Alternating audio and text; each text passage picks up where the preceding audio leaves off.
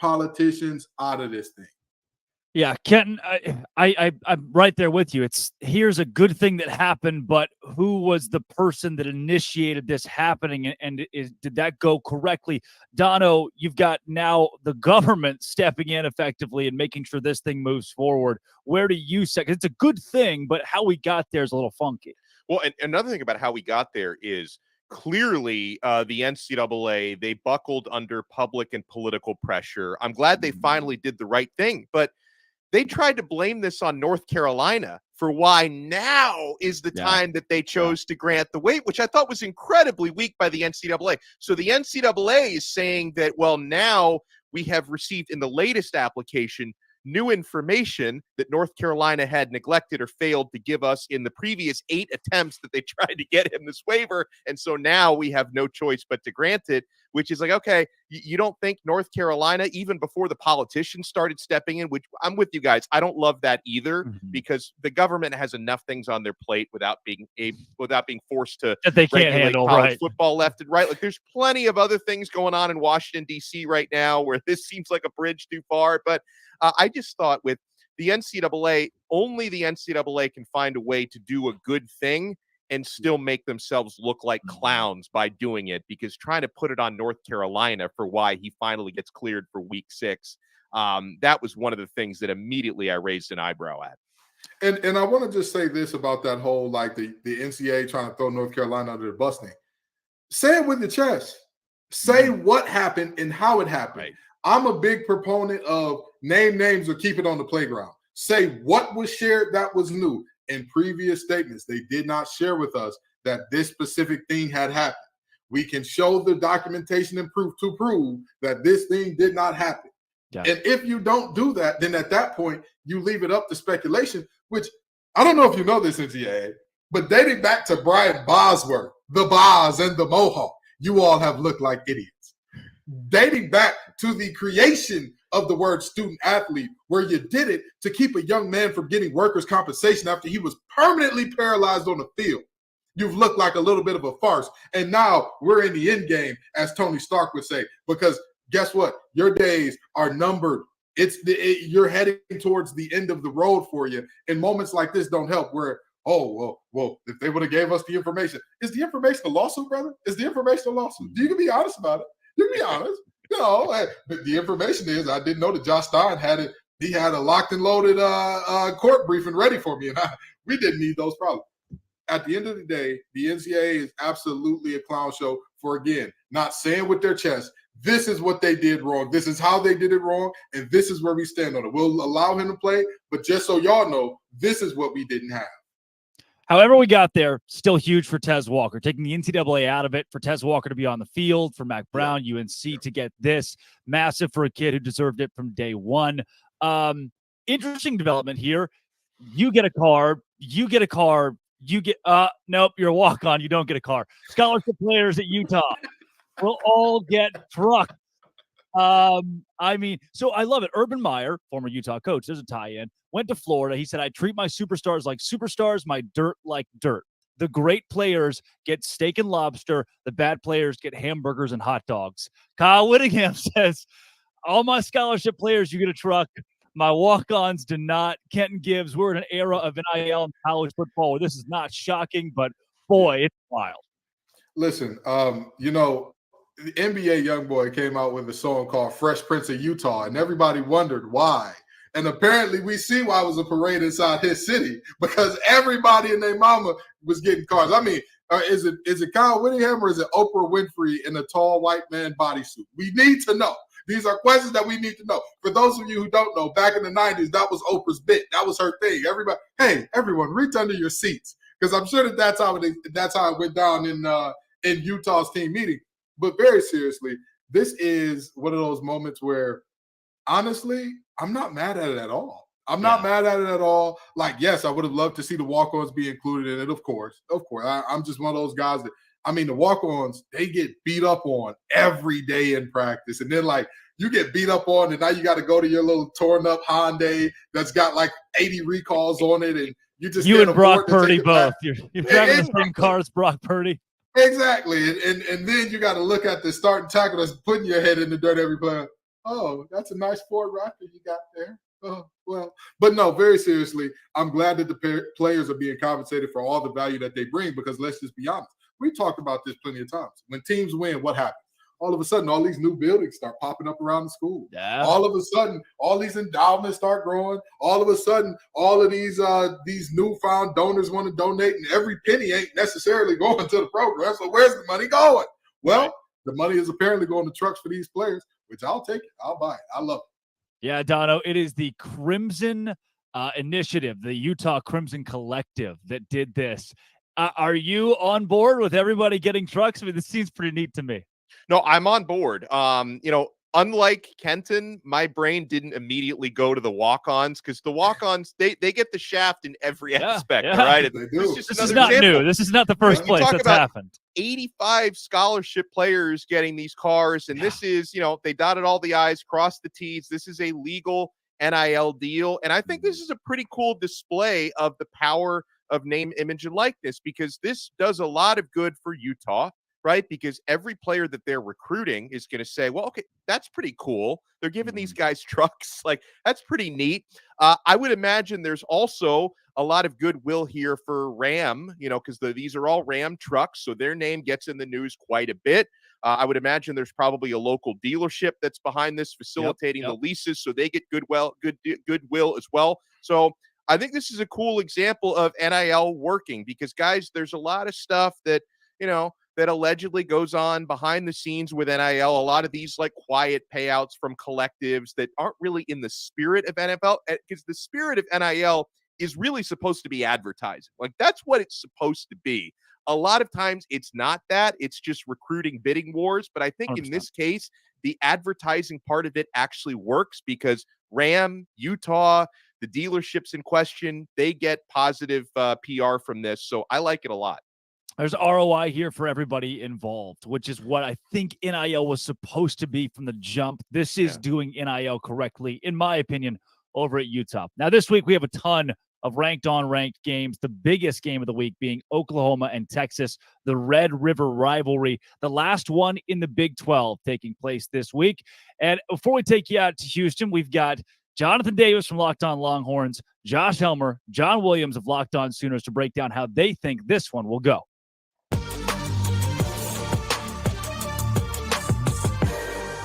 I think that a lot of it's going to come down to how does the Oklahoma defense slow down Quinn Ewers and the offense. I mean, Texas is running the ball really, really well.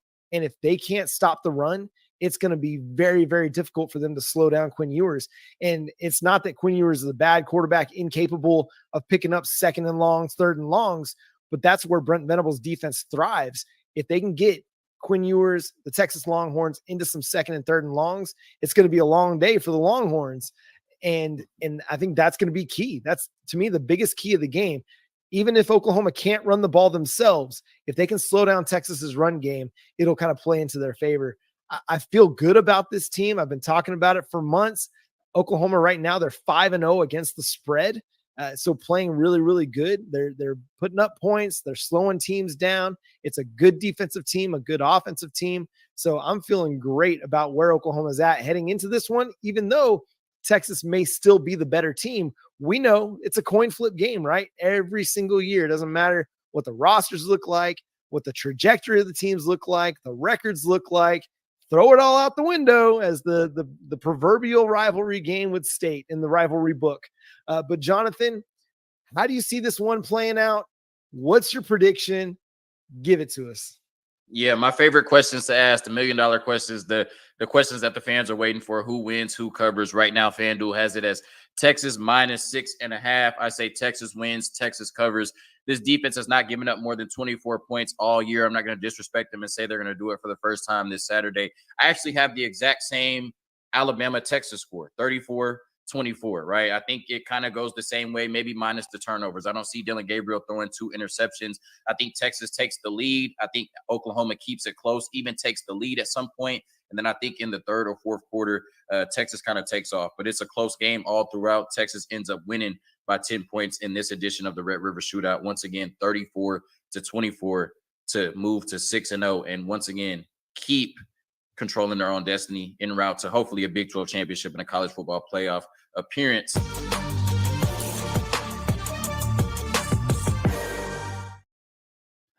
The eyes of Texas are upon you, and I love the Longhorns. Kenton Gibbs, look, Oklahoma's good.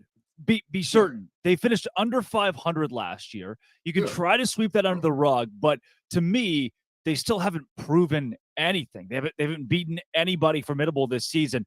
Texas went on the road and beat Alabama by double digits. Give me the Longhorns here. This is a Brent Venables stan account. You understand? If you see fan cams popping up of Brent Venables on the sideline with that locked jaw, with the coach, the strength coach holding him back, it's me. I'm the guy who did it. I'm the villain. I'm the coach. With that being said, although this is a stand account, this ain't a delusion account. You understand? Yeah. Now, the reality is Texas is the better team. And one of the things that Texas does extremely well this year that I don't think people are talking about, they're one of the least penalized teams in the nation. I want to say that they're in the top 15 or 20 in terms of least penalties by yardage and penalties per game.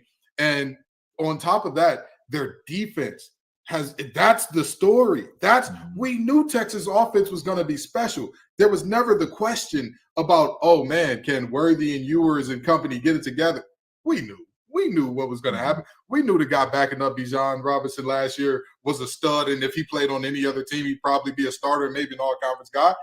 But we looked at this team and said, Sark's not a defensive coach. What's the defense going to do? And with them coming along, with all due respect, I think that Brent has time. In time, Mr. Venables can catch up and make this Oklahoma team a formidable opponent. But for right now, I'll take Texas to win and cover. Yeah, and Quinn Ewers has not had to win these games. We have not seen peak Quinn Ewers yet. Even statistically, he has not built a Heisman caliber season because he hasn't had to. Texas has run the ball so well, 192 yards per game on the ground. When your defense is that good, your run game is that good with Jonathan Brooks, you're doing something right with or without Quinn Ewers going and being a superstar every week. When your quarterback doesn't have to be that guy and you're still winning games, that says a lot about this Texas team. Donna, where do you sit with this one? Well, it's funny. We were watching that clip with the OU hosts and the Texas hosts, and they talk about, how close this game is every year. I guess they're just pretending that last year didn't happen. Right. I know Oklahoma. I know that John just slipped that one in there. It's like, this is a great game. Always a great game. Well, they lost 49-0 to Texas last year. I know they literally didn't have a quarterback in that game, so maybe they just pretend like that didn't happen. Now, I think Texas wins comfortably again this year. It's not going to be as comfortable as it was last year. No. I like the quarterback matchup. Dylan Gabriel's doing nice things for Oklahoma, but I give the edge to Quinn Ewers.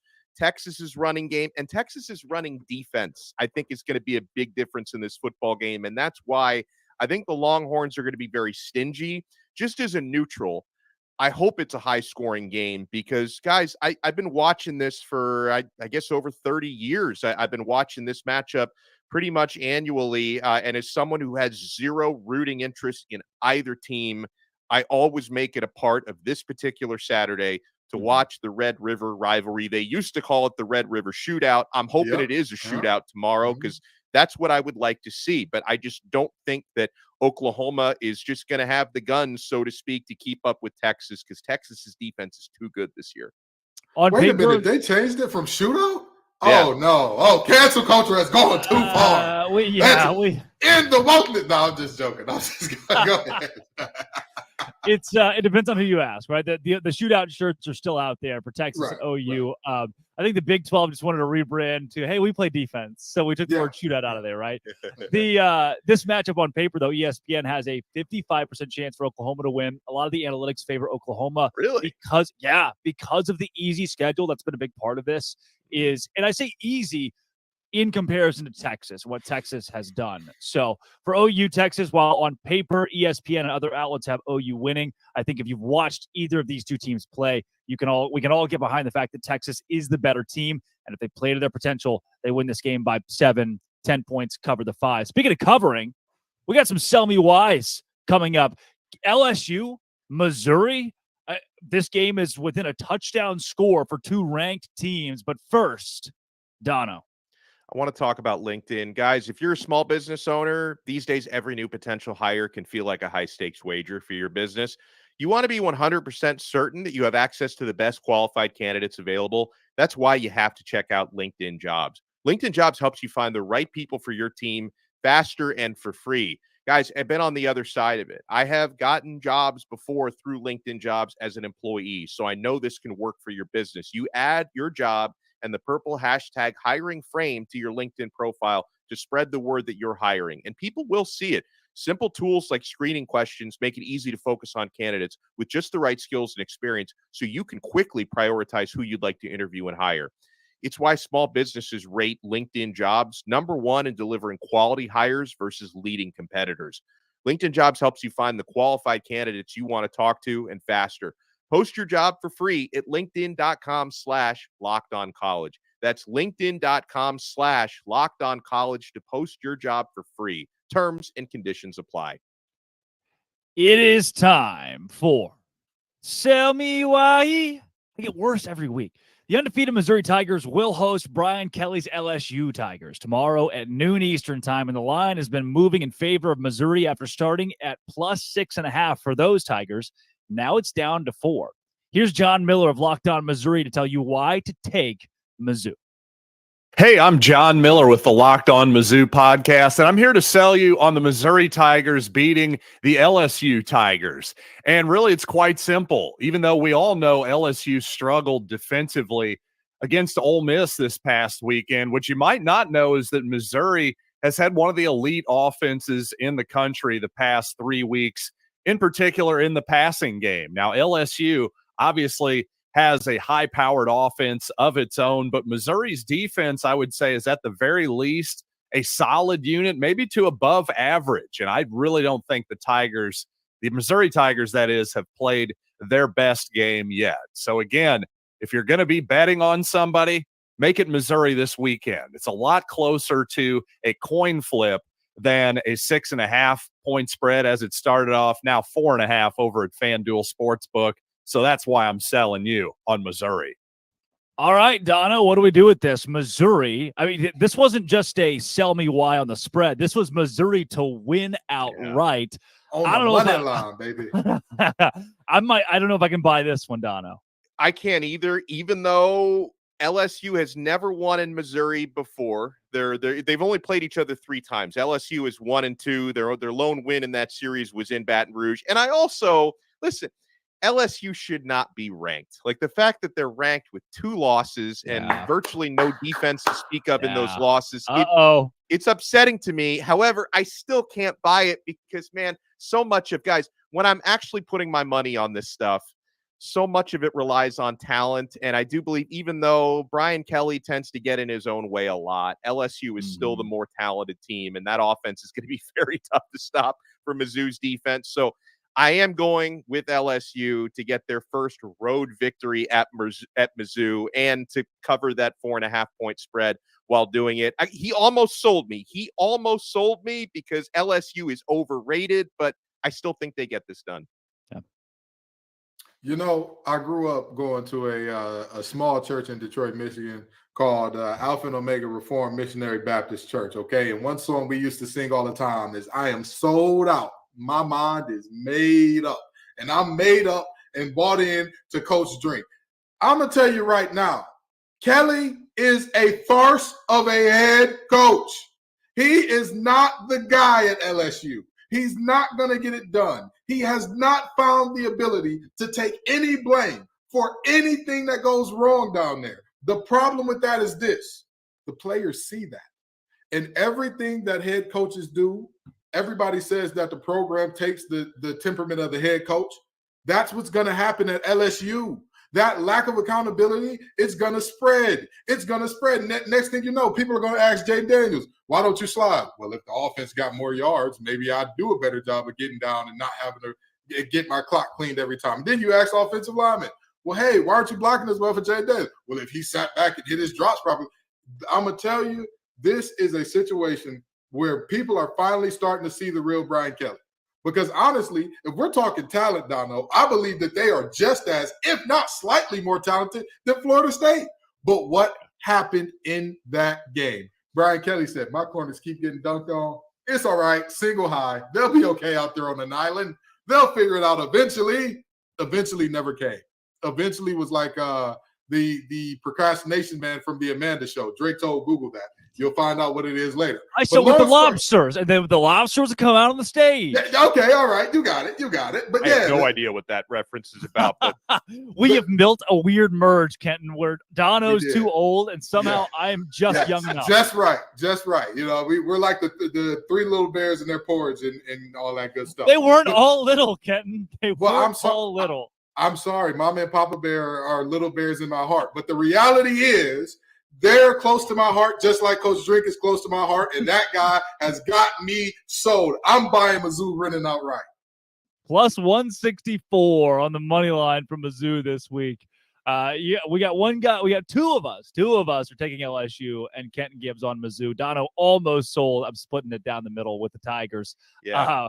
The number 13 Washington State Cougars, who have been in the news lately with conference expansion. Are they Power 5? Where will they go? They're headed to take on UCLA, and they have a lot to prove this whole season. But UCLA, who's unranked, facing a top 15 team, is a 3.5-point favorite. The Bruins, Vegas loves them. Here is Zach Anderson Yoxsimer to tell you why you should take the Bruins to cover.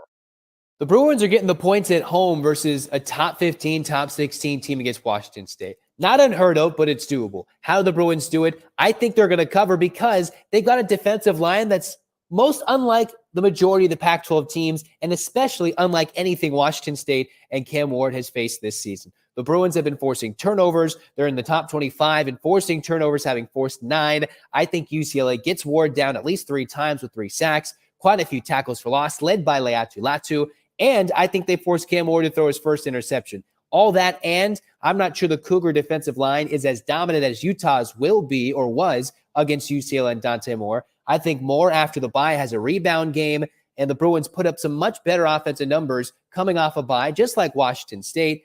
Hey, that's all the Bruins got to do to put up the points against the Cougars. Locked on UCLA, Zach Anderson, Yoxsimer. Go Bruins.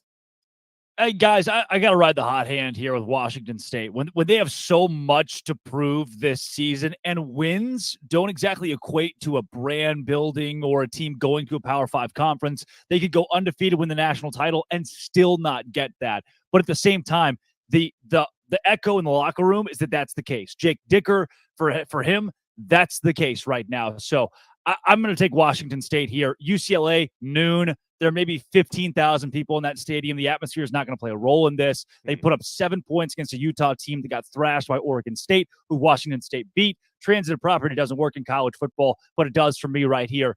I'm taking Washington State, Kenton. Yeah, you know, it's always a great day for me when I get to talk poorly about King High School graduates. For those of you who don't know, I went to Cass Tech. It's a rival of King.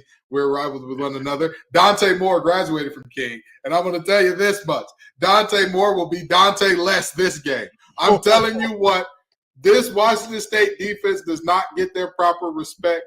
They can create some turnovers with the best of them. But more importantly, they've got a Heisman candidate at quarterback. They don't have a guy that's good.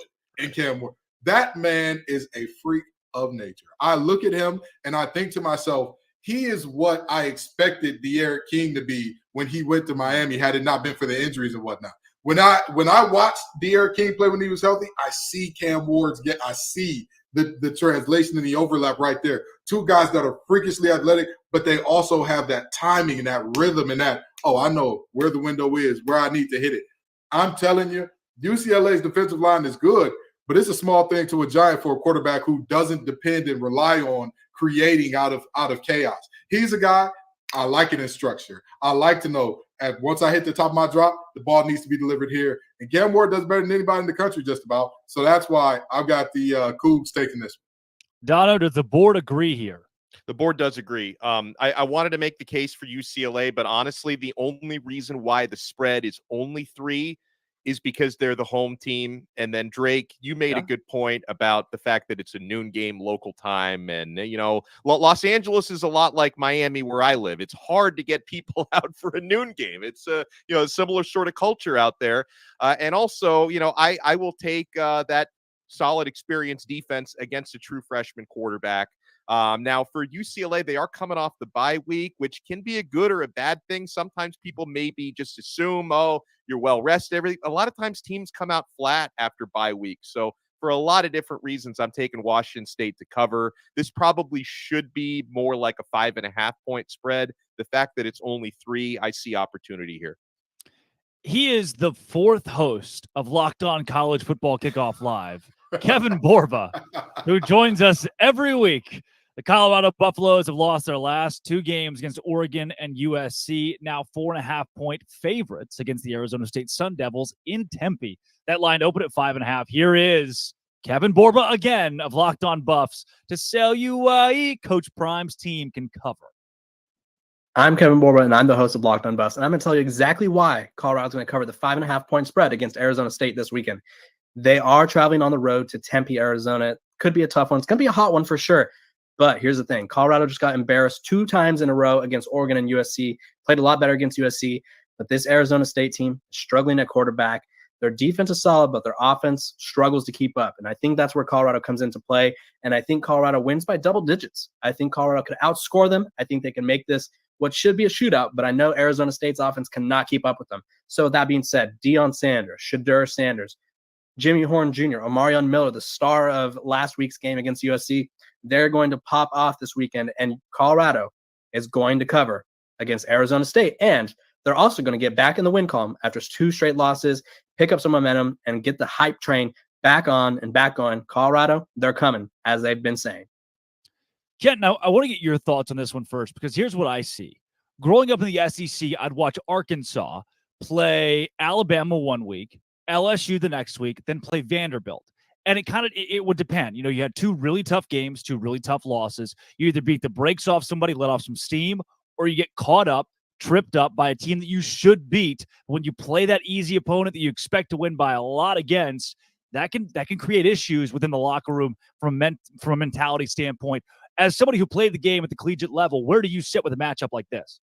Yeah, so in a matchup like this, it's all about the temperament of the head coach, and I know that I say it's not about your X's and O's, it's your Larry's and your Joe's a lot, but that's when you actually get on the field. If we're talking about the preparation and what goes into this thing, I don't think that Coach Prime has allowed them to feel good about themselves and say, hey, this is going to be an easy one. We're going to roll in this game, even though they should. I don't think that he's allowed them to have that mentality. I mean, for Christ's sake, Arizona State self-imposed the bowl ban this year, and I imposed the ban on me dating Serena Williams as well.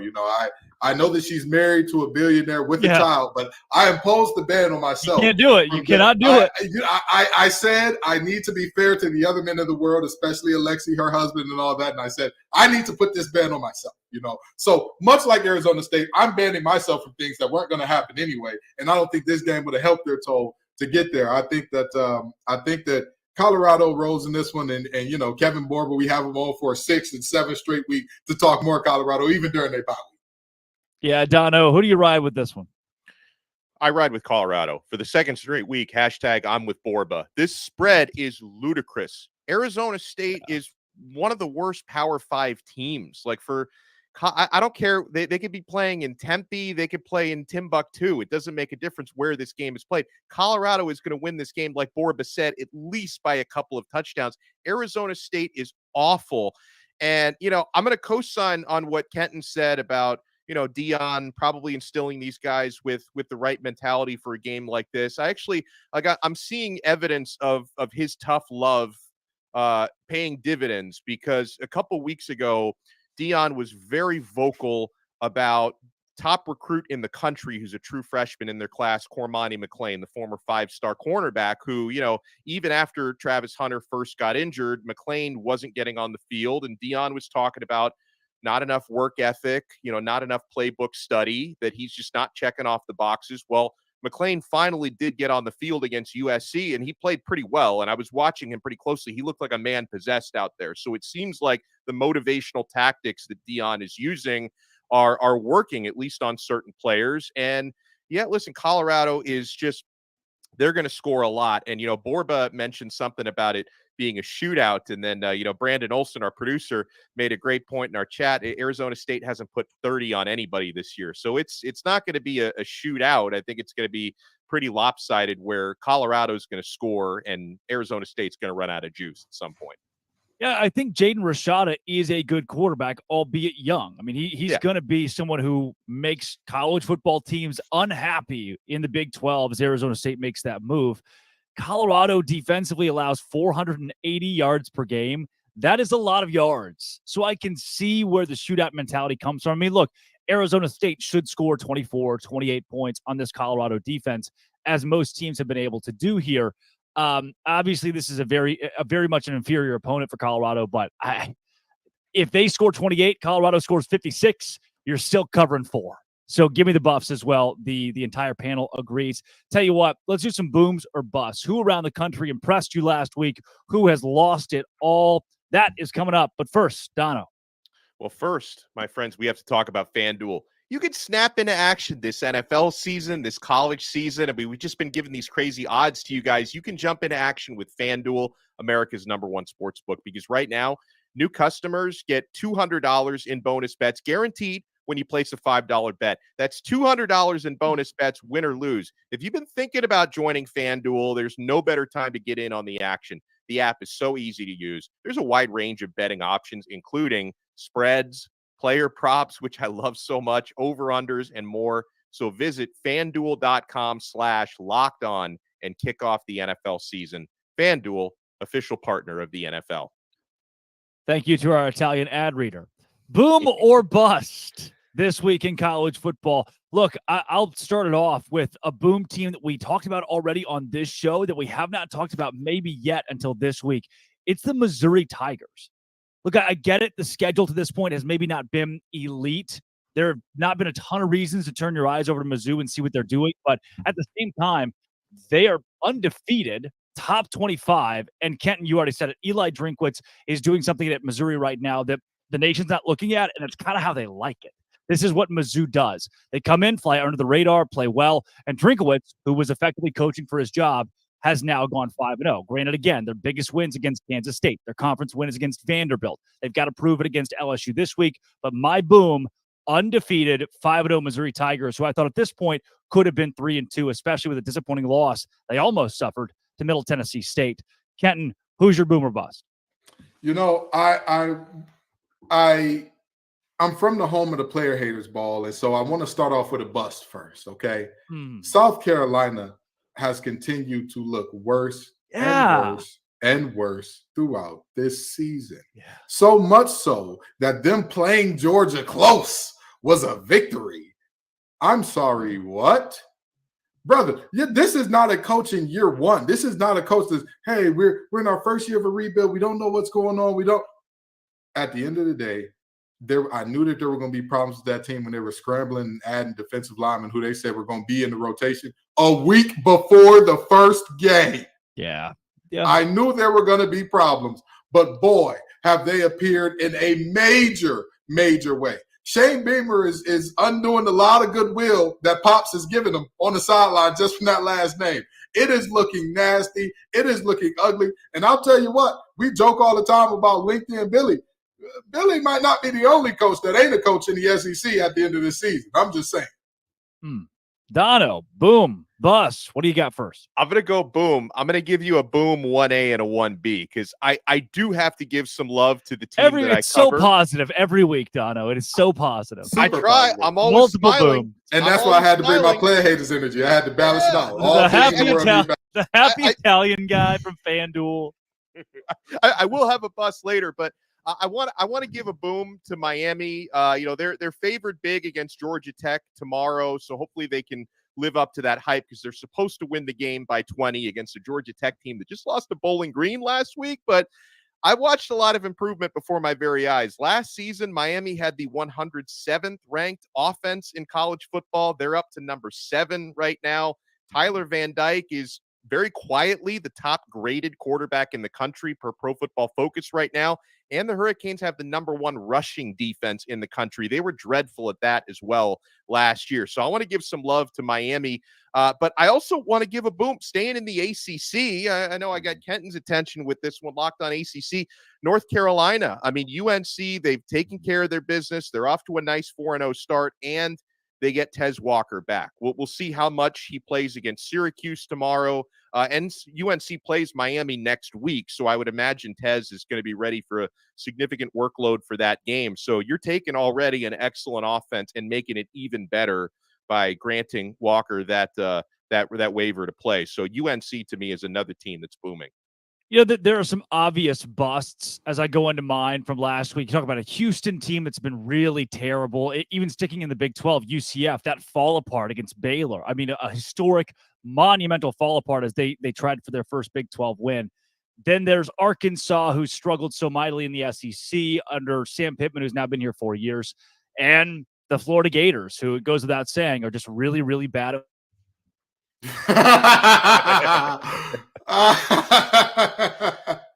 Folks, as you can see, one of our producers is, in fact, one of the hosts of Locked On Gators, and that's why Drake just got muted with a thumbs down. We have the funnest producers in the game. I have been waiting. I'm the only one that hasn't gotten muted, I think. So finally, I'm about to get muted. Yeah, my bus team, though, is a team that's undefeated. I'm going to go with USC and the Trojans. This reminds me a lot of the Ian Book quarterback Notre Dame teams that were supposed to be so good. But then finally, when the real competition hit, when the big games came up, the defense was fraudulent. There wasn't enough offensively to constitute an undefeated record, a playoff type season.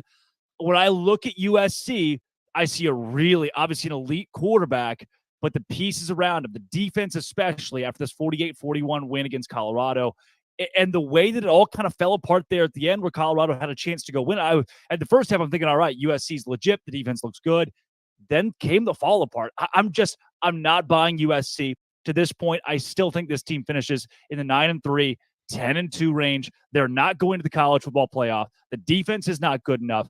I am selling hard on USC. And despite the win, again, this week proved to me the defense is just not there. Defense wins championships. This team doesn't have it. So this boom is going to be very niche, and it's also going to hurt my soul to say a little bit because I hate this position. But backup quarterbacks in the ACC, what a time they're having. What a time. I mean, you got Anthony Calandria at Virginia. What a freshman he's looked like. He's had some bad turnovers, but he's a freshman. You expect that. Some of his balls have been absolutely amazing in terms of the deep balls that he's putting out there. Kyron Drones at Virginia Tech. Brother, if I'm looking at Kyron Drones or Mike Vick, I don't know. Former Baylor Bear, by the way, former Baylor Bear. You know, that's why I had to include him. Would have won the Heisman at Baylor. Just throw that out there. Hey, listen, I don't know if Aranda would. Never mind. We're not going to go there right now. We ain't going there. But the fact of the matter is very simple. And then you got MJ Morris taking over for Brennan Armstrong at NC State. And here's how bad it got. He hadn't even started or played a game yet this year, but he's still on this list for this reason. There were fans at NC State putting up missing and wanted signs for MJ Morris. Folks, I don't think y'all understand just how excited people are to see this young man get out there and do it. I'm telling you what, these backup quarterbacks in the ACC, what a time to be alive because everybody loves them. They're all playing above their heads and doing great things. I know that Calandria's been replaced by Musket again, but still, he was great when he was in there. He was exciting. He gave Virginia some hope. These backups in the ACC have put the world on notice a little bit. Dono, I can't. You already gave me two booms. Do you have a third, or you finally go a little negative on us to give us a bust? No, I'm going to go negative. I mean, I might get muted because how can I not go with Florida? I mean, I had that Florida Kentucky. The way that I handicapped it last week was a coin flip game.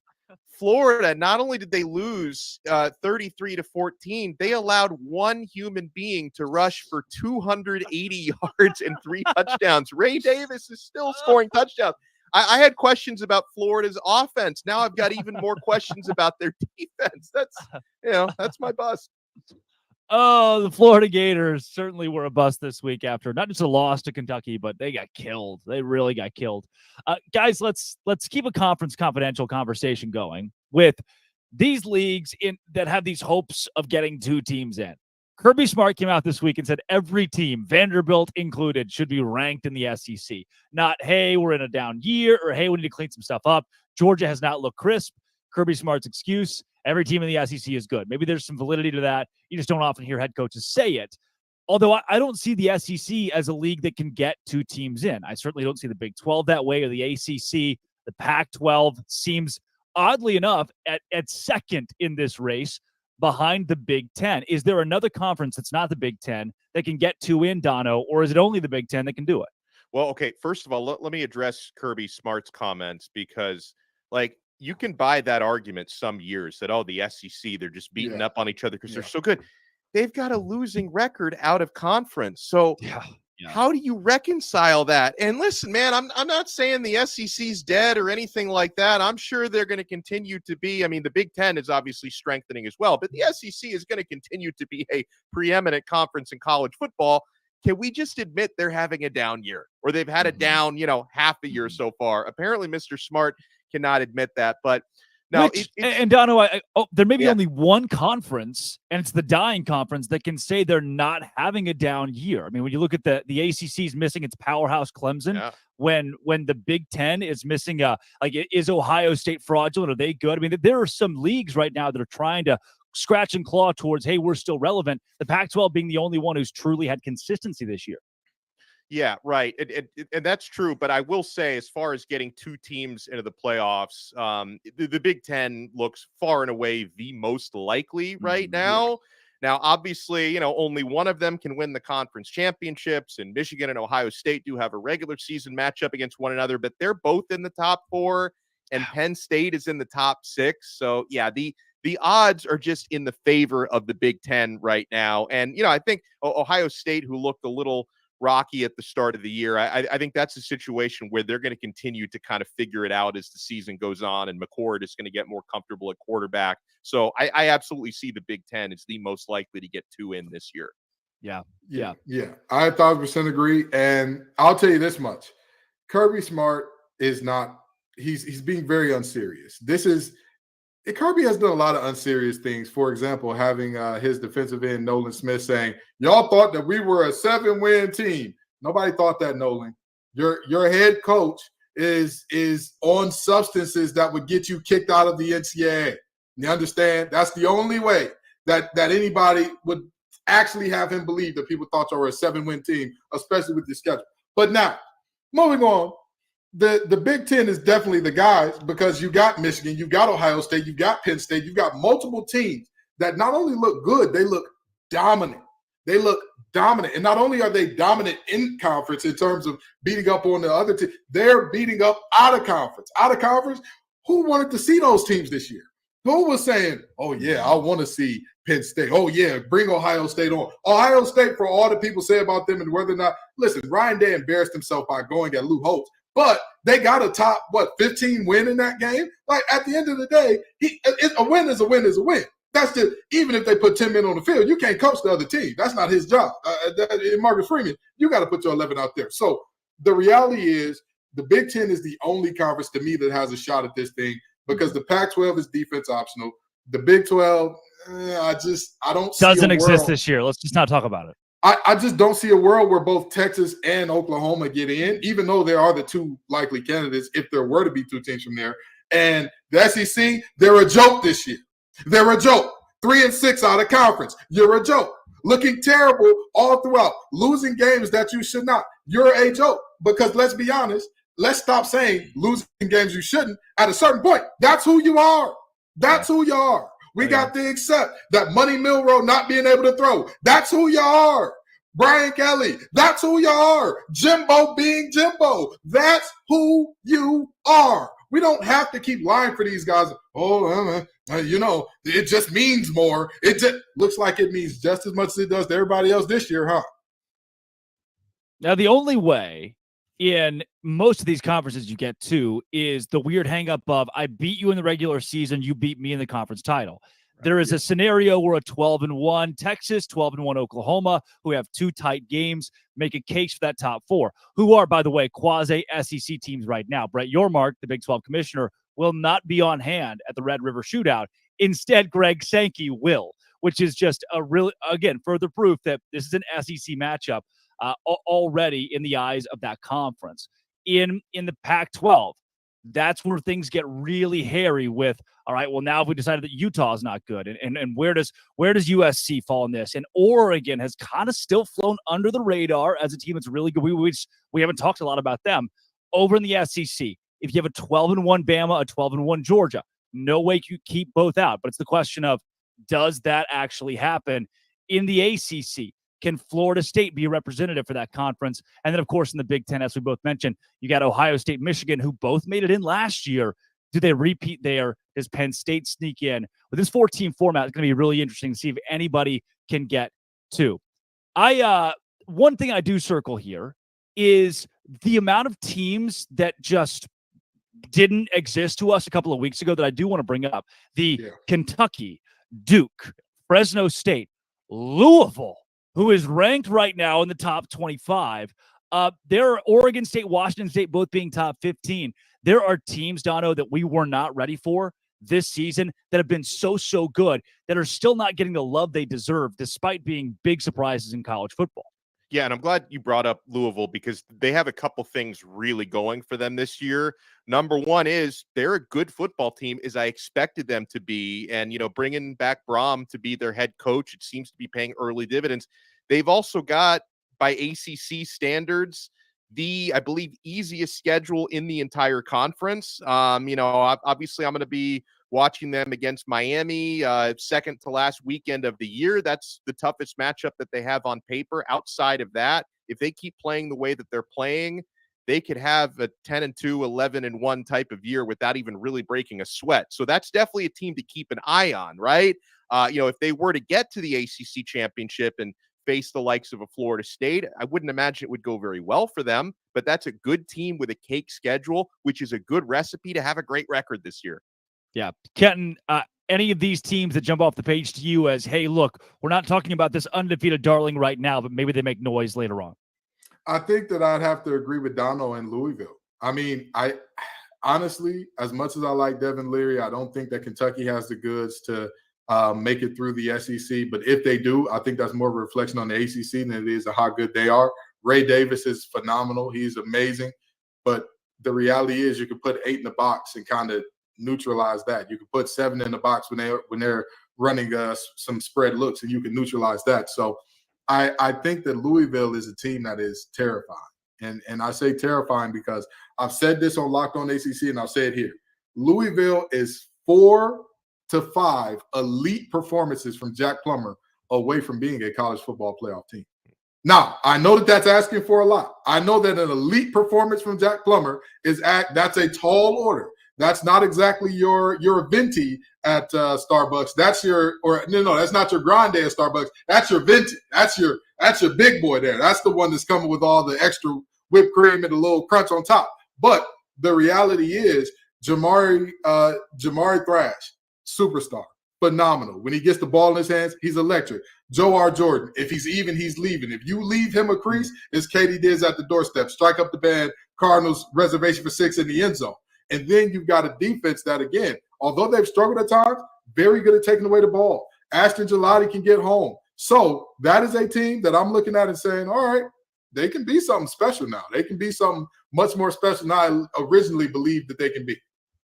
Yeah. Coming up, Locked On Kentucky, Lance Daw. I mean, we got another. That's the big Florida win, but Florida's not good. So we count that as a quality victory. Let's get the rundown of this Kentucky team from Lance. But first, Dono. Well, guys, I want to talk about LinkedIn Jobs. These days, every new potential hire can feel like a high-stakes wager for your small business.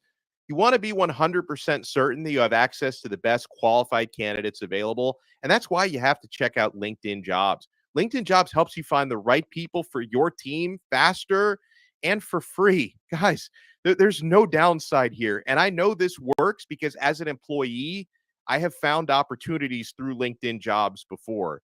When you add your job and that purple hashtag hiring frame to your LinkedIn profile, people are going to see it. People are out there looking for work, and they're going to go after your opportunities. So spread that word that you're hiring.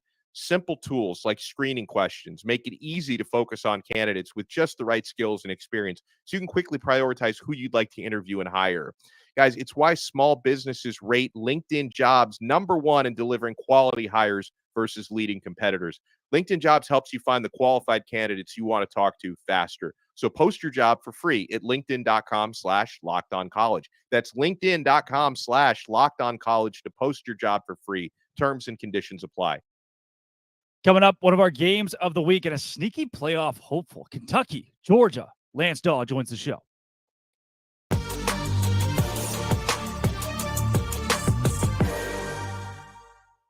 Lance Daw joining Locked On College Football Kickoff Live. Lance, look, not a lot of people nationally are giving Kentucky as much love as the Wildcats probably deserve right now. Do you agree with that assessment going into this Georgia game? I think when you look at what Kentucky's accomplished so far this season, I think it's absolutely fair to have a little bit of doubt when you take a look at Kentucky's unblemished record. Obviously, the month of September was relatively easy for UK. I mean, they scraped by Akron, Eastern Kentucky, Ball State, a couple of really easy opponents. Went over to Vanderbilt, had a couple of pick sixes really aid them in that big time win on the road, scored a lot of points. But at the end of the day, I think that looking at this Kentucky team right now, coming out of this Florida game, I think a lot of fans surrounding the team are excited about it.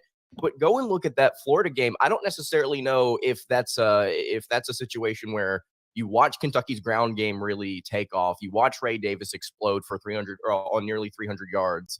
I don't necessarily know if that's a Kentucky strength or a Florida weakness here. And it was what you were saying a minute ago, Drake, about just how I don't really know if Kentucky has played a quality opponent up until this point. And we're going to really find out on Saturday whether or not they are worth their salt. Now, again, I want to reiterate, not a whole lot in terms of legitimate opponents that they've seen. So I don't really know if we have a ton of data to truly tell us whether or not Kentucky is capable of competing this weekend against the Bulldogs. I think after we get this game, and if they somehow come out with a win, then we'll have a really good idea of where they stand.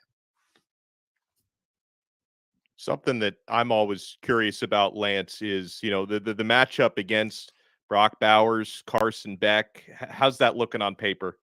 Well, I think right now with Kentucky and what they've got in their defense, it's not necessarily an individual that can cover Brock Bowers because, as we identified last weekend, nobody can cover Brock Bowers. Auburn tried throwing literally everyone in the kitchen sink at Bowers, and they could not find anybody to cover him. I don't think Kentucky has an individual on this team that can. Now it's just finding different ways to kind of lock him up with more than one individual. But I will say this, an area that Auburn struggled with last weekend, and I think an area that Kentucky could struggle with this weekend, is third down.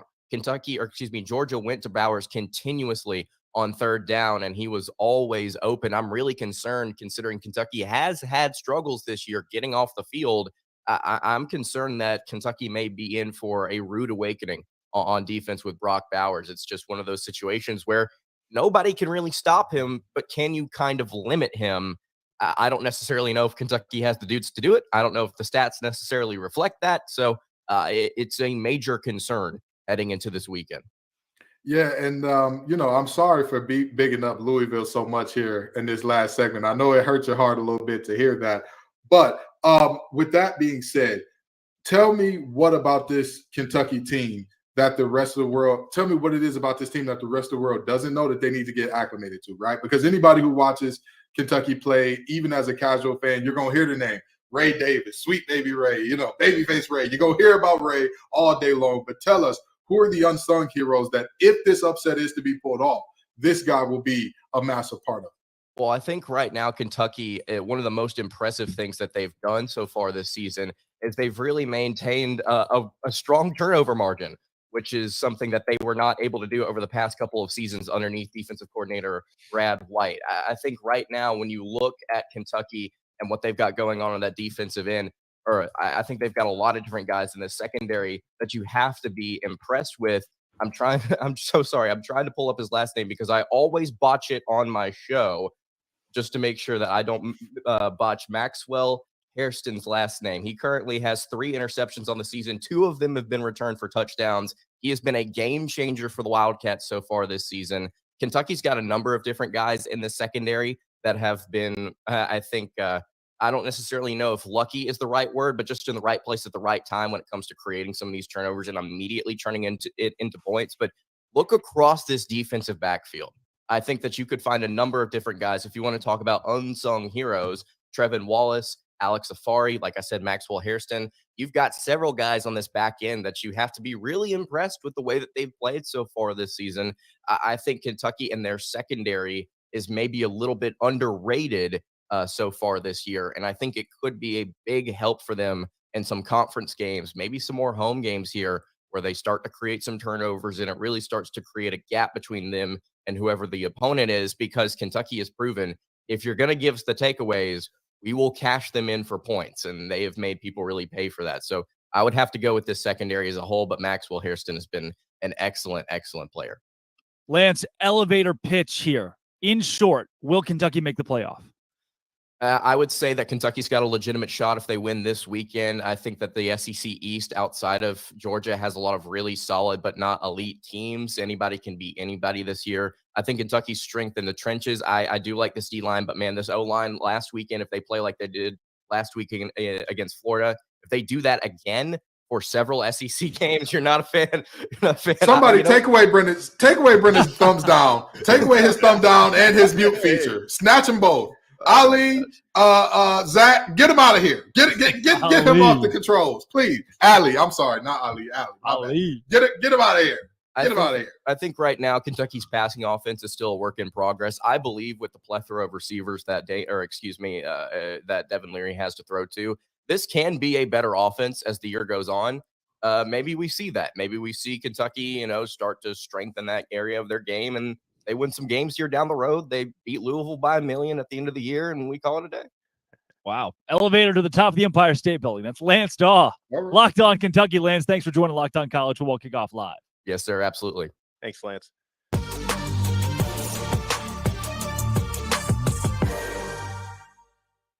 All right, quickly before we get out of here, guys, the biggest games of the week, let's pick them. I'm going to throw out two teams. You give me who wins. Alabama and Texas A&M, Dono.